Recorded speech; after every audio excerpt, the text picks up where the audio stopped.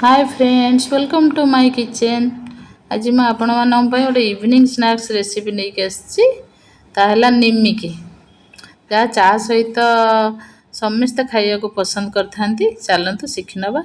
एबे गोटे जगार मु 2 कप मैदा नहीं 250 ग्राम मैदा, गोटे चमच कला जीरा, गोटे चमच लुण आउ ता संगे सहित 40 ग्राम तेल नहीं ताको भल भाव मिसई देबे। सबको गोटे बाइंडिंग टाइप रो देखंतु।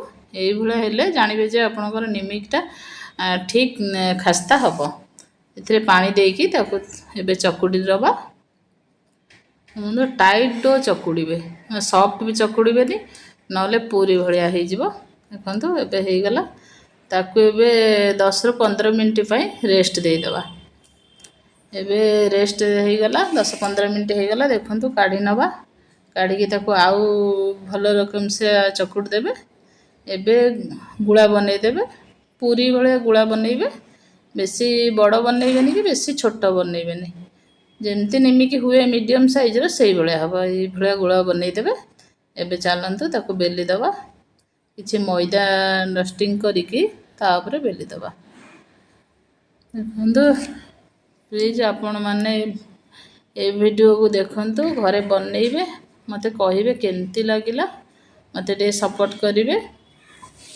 प्लीज वीडियो टी जदि भल लागी थुबो ताले लाइक शेयर कमेंट करियो जम्मा भी भूलिबेनी। आ नोटिफिकेशन बेल को दबे देबे ए भलिया नुआ नुआ वीडियो देखिया पे।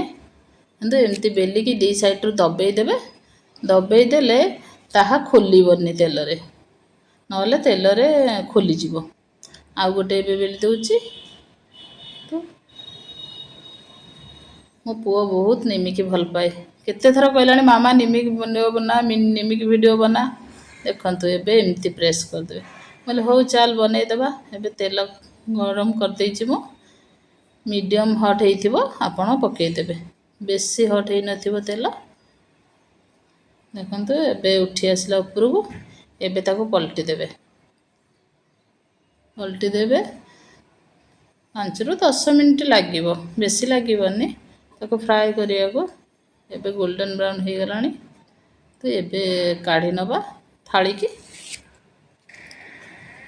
निश्चित घरे बनैबे, घरे बनैकी मते कहिबे केमती लागिला।